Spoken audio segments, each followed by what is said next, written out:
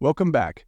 Today we're exploring a chilling case that shook the quiet trails of Wyoming in 2021. We will not rest until we find justice for Gabby, the Petito family attorney vowed in a trembling voice, summing up a nation's anguish over a story that would soon captivate global audiences and forever alter the face of modern criminal investigation.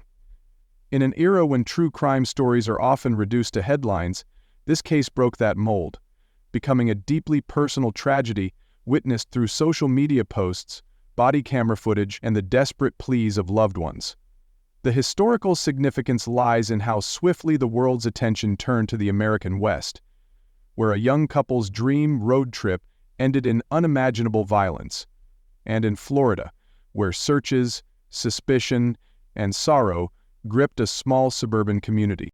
The disappearance of Gabby Petito, a 22-year-old native of Blue Point, New York, who had been living with her fiancé Brian Laundrie in Northport, Florida, drew together threads of love, travel, wanderlust, and ultimately horror. By late summer 2021, as they meandered across the country in a white Ford Transit van, the pair seemed on the cusp of building a life filled with open roads and scenic overlooks. Yet the world would soon learn that beneath the smiling Instagram photos was a storm of tension and fear. Public shock did not arise solely from the crime's brutality, though that alone was horrifying, or from the innocence of a young life cut short. It surged from the jarring realization that much of this story had already been broadcast online, that we had watched, commented, and liked without understanding the darkness seething just out of frame. As headlines emerged in early September 2021, astonishment gave way to collective obsession. This case, unfolding in real time, would reshape how officials, the media, and everyday citizens respond to missing persons. It revealed how digital footprints could either aid investigators or mislead them, how a single viral clip could direct national attention, and how, in death, a young woman's name could become a symbol for victims who are too often lost in silence. Today, the Petito case remains a haunting example of how a single tragedy can spark a nationwide movement to bring attention to missing persons and to call for justice. It continues to fascinate because it blends the deeply personal with the universally relatable. Love turned sour, trust broken, and a journey that ended in the unforgiving wilderness beneath Wyoming's towering peaks. In July of 2021, Gabby Petito and Brian Laundrie embarked from New York on a cross-country road trip that would lead them through the towering red canyons of Utah, the sprawling deserts of the American West, and ultimately into the green valleys and rugged slopes of Wyoming. Early journal entries and social media posts show excitement and tenderness. On July 2, 2021, they set out with a plan: to see the national parks, record their adventures, and share their travels on YouTube and Instagram. Friends and family believed this trip would mark the beginning of a lifelong love affair with the open road. On August 12, 2021, however, a shadow fell over the journey. A pair of bystanders in Moab, Utah, Christopher and Melissa, both heading home from a local cafe, witnessed a heated dispute between Gabby and Brian near their white van. One of them dialed 911.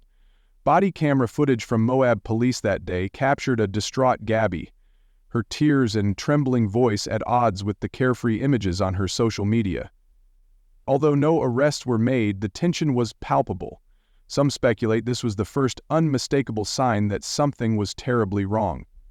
By late August, the couple reached Wyoming, entering the majestic surroundings of Grand Teton National Park.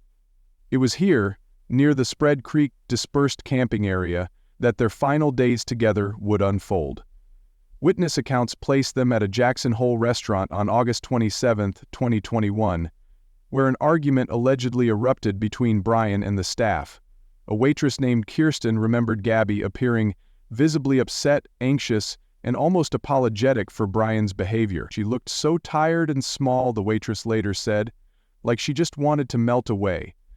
That, many believe, was the last time Gabby was seen alive in public. When Brian Laundrie arrived alone at his parents' home in Northport, Florida on September 1, 2021, he offered no explanation as to why Gabby wasn't with him. Her family, who last received a text from Gabby's phone on August 3rd, an odd, stilted message that her mother said didn't sound like her, grew frantic. Calls to Brian went unanswered. On September 11th, Gabby's mother reported her missing to the Suffolk County Police Department in New York. The public knew little yet, but the family's alarm sounded a starting gun for what would become a national obsession. As the days passed, the search for Gabby Petito intensified. Law enforcement agents, led by Teton County Sheriff Christopher Webb and assisted by FBI Special Agent Michael Lewis, combed the wilderness near Grand Teton. Social media erupted. Thousands scoured Gabby's Instagram stories, her YouTube posts, and the couple's travel itinerary. A hiker named Jonathan came forward, claiming he saw a white van parked off a dusty trail near the camping area around August 29th, noting how quiet and still it seemed. It was a small lead, but in a case with few clues, even a fleeting witness account mattered. On September 19, 2021, in a clearing near the Spread Creek site, Gabby's body was discovered. The scene was grim. According to subsequent autopsy reports, she had died by strangulation, likely around the last week of August. Investigators found rope fibers embedded in the soil and partial footprints indicative of a struggle. Tiny personal effects, her necklace, a journal with tear-smudged ink, told a heartbreaking story of a life violently cut short. Meanwhile in Florida, Brian vanished on September 13th, telling his parents he was going hiking in the Carlton Reserve. He never returned. Northport Police Chief Todd Garrison faced mounting criticism for not keeping a closer watch on Brian while Gabby's fate remained unknown. At times, the Laundrie family's silence, communication through their attorney only, and reluctance to grant interviews fueled suspicions. Rumors swirled. Some thought Brian might have fled the country. Others guessed he was hiding in the swamps of Florida, a ghost among gators and thick palmetto brush. Between Gabby's disappearance and the discovery of her remains, a pattern emerged that many true crime enthusiasts struggled to define. While only one killing was confirmed, that of Gabby Petito, the psychological violence that led to it stretched across months. The crime scene itself was both remote and intimate. No large city street cameras, no neighbors to hear screams. Instead, a national forest campsite, a quiet patch of earth beneath Wyoming skies, bore silent testimony to the cruelty that had unfolded there. No one witnessed the actual killing that frustration August and night. worry tonight as there Yet is the no forensic sign evidence, of a missing a Southwest damaged Florida necklace woman. chain She took that a suggested cross-country a trip with her forceful grasp, fiancé. He returned. bruises visible She on is not, skeletal and has remains, been heard from and in a weeks. trail Her of family disturbed waits in Vero soil Beach. Police have pointed named to a her sudden fiancé escalation as a of person of violence. interest. And The WPTV's question Todd Wilson remained, joins us live why with the did Brian latest Laundrie in the return to ongoing Florida story. in Todd? silence?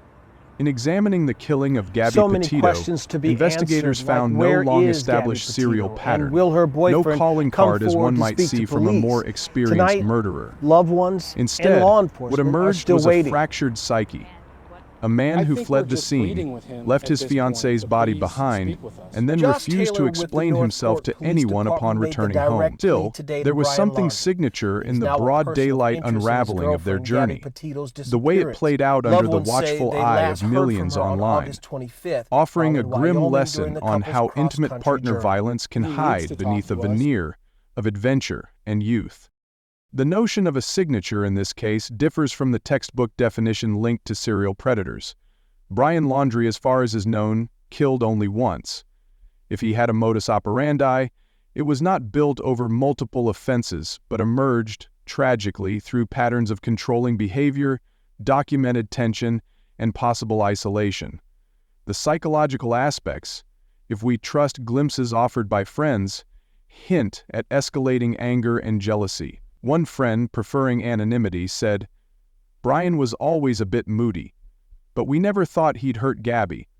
They seemed so in love online." The reality was different. Behind curated social media posts was a relationship unraveling under emotional strain. There were no taunting letters to the police, no cryptic symbols left behind, but one element stands out: silence. After returning to Florida, Brian offered no explanation, refused to speak with investigators, and communicated through a lawyer. The absence of narrative became a perverse hallmark.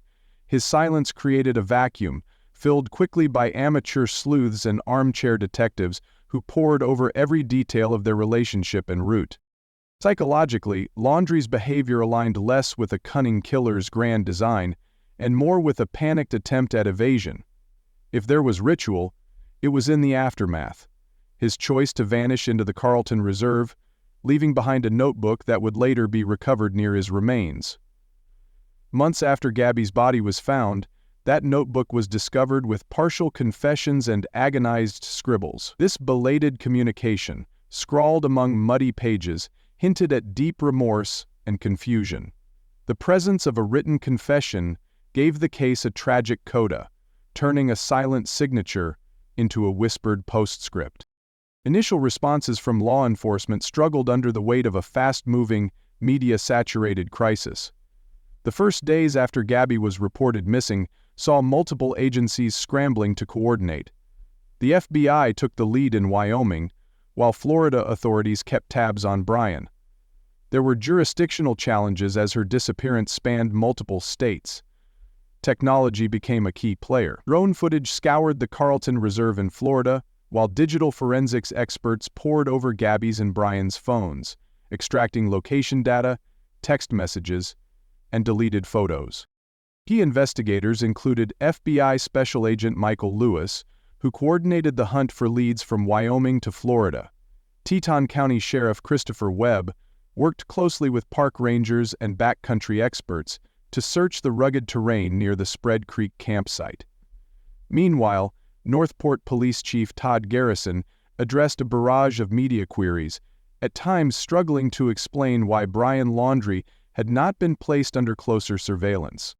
One major breakthrough came when a travel blogger reviewing footage from her dashcam realized she had captured Gabby and Brian's van parked along a dirt road near Spread Creek on August 27th. She forwarded this information to authorities, who used it to pinpoint an initial search area. Another turning point was the discovery of Gabby's remains on September 19th. This grim find shifted the investigation from a missing persons case to a homicide inquiry. Yet there were setbacks. The swamps where Laundrie allegedly retreated were treacherous, filled with alligators and thick undergrowth that made the search dangerous and slow. Early on, authorities received misleading tips, from alleged sightings at a local Walmart to distant claims he had been spotted hitchhiking in Alabama. With the nation watching, each false lead contributed to frustration. Law enforcement developed several theories. One held that Brian might be hiding in the wilderness, living off the land. Another posited he might have taken his own life shortly after fleeing. And a darker theory suggested he might have reached out to acquaintances to aid his escape. Months later, the discovery of Brian's skeletal remains in Florida's Carlton Reserve on October 20, 2021, settled some of these questions. Forensic analysis confirmed the remains as his, and a revolver was found nearby. The remains, partly submerged and scattered, indicated that wildlife and water had affected the site. It seemed likely he had died weeks earlier. Throughout the investigation, advanced methods were employed. Digital forensics helped track the couple's movements via their cell phones' GPS. Search dogs, cadaver dogs, and drones outfitted with thermal imaging were deployed in Florida's wetlands. Specialized forensic anthropologists examined Gabby's remains for hidden clues, confirming strangulation as cause of death. The FBI scoured social media posts for hidden meanings or coded references, though nothing definitive emerged. Bodycam footage from Moab police was dissected by the public, who engaged in a macabre form of crowdsourced investigation. Tens of thousands flocked to TikTok, Instagram, and Reddit to share theories and alleged clues. The media coverage was unprecedented for a single missing person case. From CNN's rolling broadcasts to the New York Times front-page updates, the world seemed fixated. This intense scrutiny led to controversial aspects. Some questioned if the case received more attention because Gabby was a young, attractive, white woman. Others decried the harassment of random individuals misidentified as Brian, underscoring the danger of trial by social media. Public response was passionate. Candlelight vigils were held in multiple states, and the phrase, "Justice for Gabby," trended worldwide. Her family's heartbreak was laid bare at televised press conferences. In Florida, protesters gathered outside the Laundrie home, demanding answers. In Wyoming, locals expressed sorrow that their cherished national park had become a crime scene. Amid all this, law enforcement worked methodically, urging patience and caution, as the digital era's echo chamber amplified every rumor. In the early days, Brian Laundrie quickly emerged as the primary suspect. The circumstantial evidence was overwhelming. He had returned home alone, refused to cooperate with authorities, and then vanished himself. His silence, combined with the suspicious text messages sent from Gabby's phone, raised immediate red flags. Friends described their dynamic as sometimes tense, though no one reported prior violence of this magnitude. At one point, other suspects were considered. Some online sleuths floated the idea of a stranger attack, a lone predator lurking in the woods of Wyoming. Another theory suggested a second male hitchhiker might have encountered Gabby after a fight with Brian. Investigators briefly examined these possibilities, but none matched the evidence. DNA and fingerprint analysis at the crime scene pointed away from unknown assailants. No credible sightings of suspicious individuals emerged. Controversy arose around Brian's parents, who were considered not suspects in the killing, but potentially complicit in their son's disappearance. Could they have helped him evade authorities? This theory never solidified into formal charges, but many in the public sphere questioned the parents' actions. The FBI interviewed them multiple times, yet no direct evidence emerged proving they had sheltered Brian after Gabby's death. As evidence mounted, Gabby's personal items found in the van Brian drove home, the awkward text messages supposedly from Gabby's phone to her mother, and surveillance footage placing the couple alone together near the crime scene, Brian Laundrie became the only viable suspect. With his death and the subsequent recovery of his notebook, investigators recovered what they termed a partial confession. It was a revelation that ended speculation. Brian wrote of guilt, despair, and of an unforgivable mistake. This resolved the primary suspect pool, but did not end controversy. Online communities still question whether mental health issues, environmental pressures, or undisclosed emotional abuse contributed to the tragedy. Yet no other suspect ever rose to plausible prominence. The case began and ended with Brian Laundrie, an inward collapse of a relationship that turned lethal on the American frontier. As time has passed since the tragic events of 2021, new angles and assessments have emerged. Although the main story concluded with the discovery of Brian's remains and his notebook confession, modern developments continue to shape how the case is understood. Forensic analysts have revisited digital evidence, confirming the authenticity of certain text messages and shedding new light on the couple's deteriorating relationship in the weeks leading up to Gabby's death.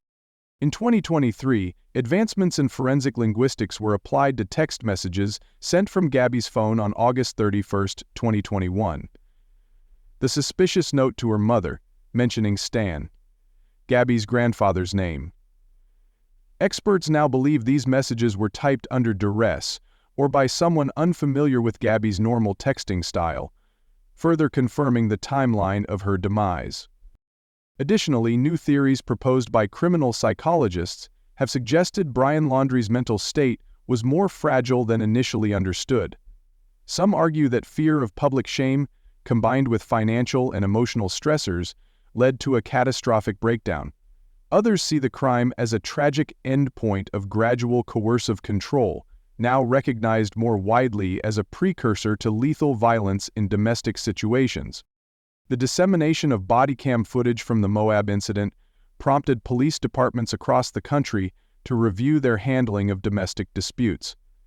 Modern training programs now emphasize identifying signs of emotional abuse, even when physical evidence is lacking. This shift, influenced directly by the Petito case, has been credited with saving lives in other, less publicized situations. In 2024, Gabby's family established the Gabby Petito Foundation, focusing on missing persons awareness and relationship violence prevention. New technology, improved facial recognition software, expanded use of digital forensics in missing persons cases has entered the investigative toolkit. Law enforcement agencies attribute these enhancements, in part, to lessons learned from Gabby's case. Notably, interagency cooperation improved. The FBI and local police have developed streamlined protocols for multi-state searches, closing some of the jurisdictional gaps that complicated the initial investigation. To date, no new suspects have emerged. The case is considered closed, with Brian Laundrie identified as the sole perpetrator. Still, amateurs and professionals alike continue to study the Petito Laundrie timeline, searching for missed opportunities that might have prevented tragedy. The legacy of this case has become a touchstone in criminal justice reform, inspiring ongoing dialogue about mental health interventions, domestic violence recognition, and the responsible use of digital evidence. Books, documentaries, and investigative podcasts have all drawn inspiration from this tragic story. Several true crime authors have dedicated chapters to the Petito case and broader works examining the era of social media-fueled investigations. A major streaming platform released a documentary in 2023, featuring interviews with law enforcement, friends of the couple, and domestic abuse experts. Hollywood, too, hinted at dramatizing the story, though Gabby's family urged dignity and respect for their lost daughter. The cultural impact has extended beyond entertainment. Law enforcement agencies nationwide cite the Petito case when discussing the importance of rapid response to missing persons reports. Its influence is evident in public consciousness, conversations about the intersection of social media and reality, of young couples traveling together, and the hidden red flags in relationships, all echo Gabby's name. In the true crime pantheon, the Petito case stands alongside infamous disappearances like that of Natalee Holloway, or unsolved murders like JonBenet Ramsey's.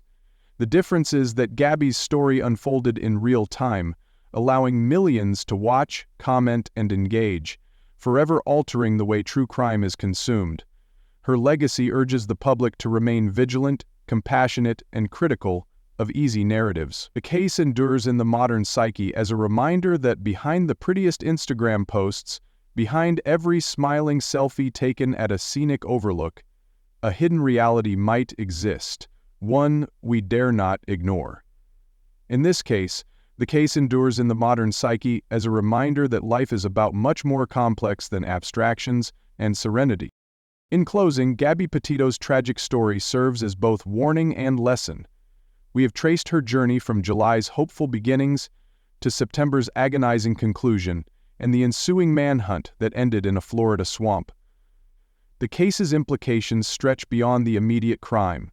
They highlight the necessity of interagency cooperation, the pitfalls of instant digital celebrity, and the critical importance of identifying signs of domestic violence before it's too late. Don't forget to like and subscribe for more true crime stories.